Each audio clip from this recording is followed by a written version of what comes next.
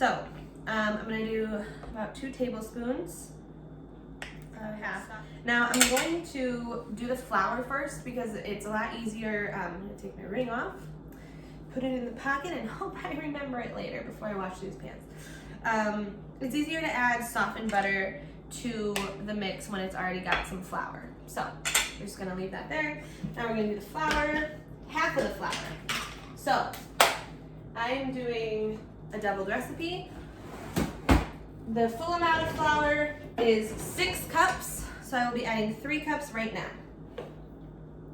This is usually the point of the video where the people are doing fast motion, but I'm not gonna get that technical today, although I could. I do know how to make those kinds of videos. But I think, you know, this banter back and forth, why would you want to fast forward through this? Okay. 3 tablespoons, or 3 cups. Okay, now we are instructed to knead in a large mixing bowl. Oh boy, I wish I could use my dough hook. That pretty much means, you know what I'm gonna do though, actually? I'm gonna take a spatula, and just to get it kind of less sticky, I'm just gonna like roll it around in here, get that flour all incorporated, and then you're supposed to add little by little, the rest of the flour. I have sanitized this whole counter with Lysol and then natural cleaning to get the Lysol chemicals off after it killed the germs. So we're just gonna mix it around. Let's get the flour all incorporated. So it should look pretty wet. Obviously because you only added half the flour. You also want to make sure that you're not breaking up that yeast, the puffiness that we achieved with the yeast. You don't want to break that up. So I'm going to put a cup in here, a cup of flour, but I'm not going to add it all in. I just want to know that it's a cup. I don't want to mess with like, wait, how much have I put in? So here's a cup. I can do 2 more of those. Once it gets thick enough to dump it out onto a surface and do with your hands, that's what you're looking for. Because at this point, it's still too wet for my liking to go. Okay, so I added a cup. I'm gonna reach in here and just flour this down. Okay, so I'm gonna get my other cup ready. So at this point now, I only need to go back for 1 more cup. So that's cup 2. It's starting to get pretty thick. So I think after I get this incorporated, I think it'll be ready to mix, to flip over. So let's see. This is 4 cups of flour so far. That's the 5th cup. Gotta go back for a 6th cup. The thing is that you really want to make sure that you're not overworking it with the spatula, but kneading it with your hands. So you want to wait, like right now, is a good time to add the butter. So I'm gonna add the butter, just gonna kind of drop it like that in there, because my hands are about to get dirty anyway. You should have washed your hands at this point, which I did. It's still pretty wet, I don't wanna deal with that. Look at that. Okay, so I'm gonna add this. Woo! So I added a little bit more than half of that. Let me see. You could take your hands and just incorporate that last bunch. So I'm kneading this. So you just want to combine it with your hands. Kneading, as you may or may not know or recall, I should have floured my hands before I did this. Kneading is just, you flip it over, press with the palms, flip it over, press with the palms. That's all kneading is. I'm going to, I don't want to stick my dirty hands in there. This I'm just going to take from that stash because it's all going to go back in there anyway.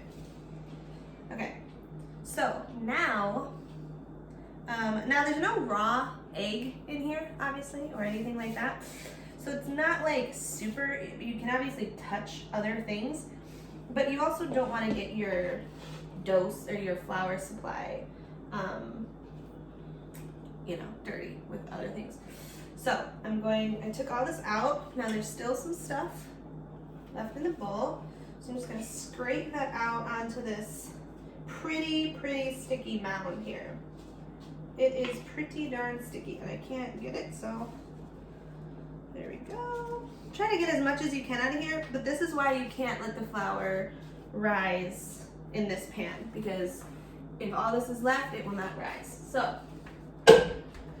going in there, shoo-ba-doo-boo. I'm going to dust the top of this with the rest of the flour, and I'm going to go back in for my last cup that I can use. So now, we're just gonna, let me move this so you can see. Can you see? Okay, so we've added all the butter's in there. Now we're just gonna knead it till it comes together. And so it says about 7 to 10 minutes. Basically, you're looking for an elastic feel, and I will show you.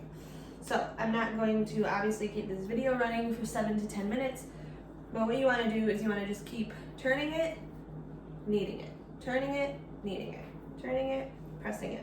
And then when you feel it get real sticky, you just wanna keep adding the flour, but you don't wanna add it all at once.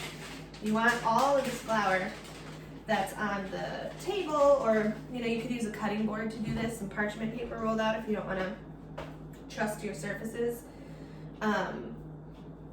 But you want, oh, here's like a huge chunk of butter, so we gotta get that all in there. So basically, you can just knead this dough, like it's still sticking to my hands, and that's okay. When it gets too sticky though, that's when you wanna add just a little bit more. But you don't wanna add it all at once, otherwise it'll be really hard to knead, and bread is meant to knead it for a while. So then also if you add all the dough in at once, it will, or all the flour in at once, it'll just make it real thick for no reason, and you'll think that you're done before you're really done. So I am going to knead this for about 5 more minutes. We're at about 4 minutes into it at this point. Dough's looking pretty good. I have not added, this is still my last cup. You don't necessarily need all that flour, but you have to add it in. Black was the wrong color to wear when you're working with flour, let me tell you. You want the dough to, you just want to keep folding it over on itself and putting like a good amount of pressure. The reason I'm going into detail about this is because I wish that when I was learning how to make dough, there was a detailed video about what to look for as you're kneading it, because it can be a very confusing process. Franklin's back. Because you think, oh man, it says like knead until elastic, but what does that really mean, right? So I wish that there was more videos about how to make dough that actually kind of went into it, because now that I know, it's like, okay, I know what they mean. But when you don't know, especially if you're not a baker, like I like to bake, not everyone likes to bake. So if you're someone who doesn't really care about baking, then you're definitely going to want a little more tips on this. Okay, so I got about 2 minutes left. Just roll it over.